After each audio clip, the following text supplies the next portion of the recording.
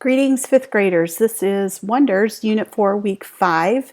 This is also for the next week of our continuous learning. This is starting the week of April the 13th and going through 17th, 2020. So we're going to start out with a weekly introduction. And this week, our weekly concept is about expressing yourself in positive ways. And our essential question is, how do you express something that is important to you? And in this picture, we can see a young man who is expressing something that's important to him, which is artwork, and he's creating a mural, which is something that is not always easy to do because it's on such a big scale. So this week, we're going to be talking about poetry, one of my favorite weeks. There are 4 terms that we'll have this week when we're considering our poetry. The first one is lyric, and lyric is going to be something we talk about here soon. Our next one is meter, and then alliteration and stanza.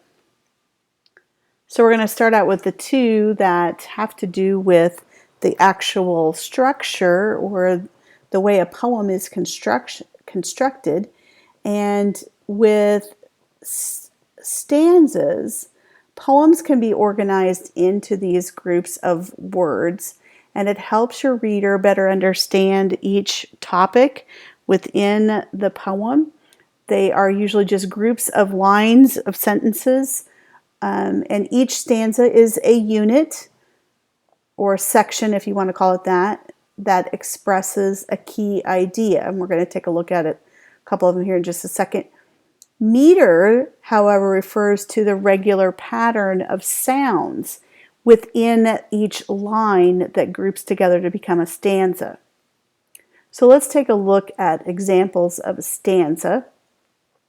You can kind of see that the stanzas are in this poem pretty strong. You can see that because there's 4 lines in each stanza, and then there's like a little space in between them. So your eye knows that this is a section, this is a section, and this is a section. So I put a snow day one in there since it's starting to warm up, so we can think about that. And this one also has some nice rhyme into it with dream, and then appear comes, and then blizzard. But the 2 lines that rhyme are appear and year. Okay, so let's talk a little bit more about meter. It's a little bit trickier than just making something rhyme. But meter is really the beat of a poem. If you think about a song, there's definitely a meter within it because there's a beat. And I know you've learned that in music. So it's kind of like this is the language version of having a specific beat or a count to each line. So every poem that has meter ends up probably being different. There are certain patterns for meter, but we're not going to get into that too much. That will be more something for your high school classes, so be looking forward to that. Free verse poems typically don't usually have meter to them. So let's listen to this one. This is one that you should recognize. I do not like green eggs and ham. I do not like them, Sam I am. So if you hear my voice, it kind of goes up and down, and there's a certain kind of a pattern to it. That's the meter. Let's take a look at another example of meter. This one actually shows how you figure out what meter is.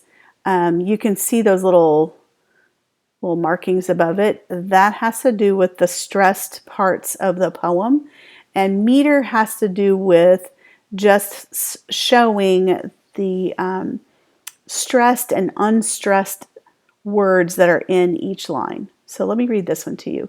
It was many and many a year ago in a kingdom by the sea that a maiden there lived whom you may know by the name of Annabel Lee.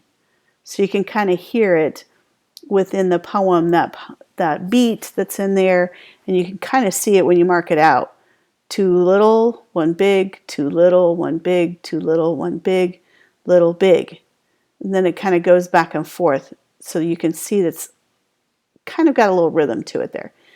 This one was written by Edgar Allan Poe. He's a famous poet that you'll read some stuff of his later on as you get a little bit older.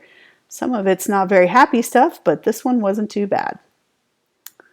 So our next word for this week is lyric poetry. And lyric poetry usually just expresses the poet's thoughts and feelings.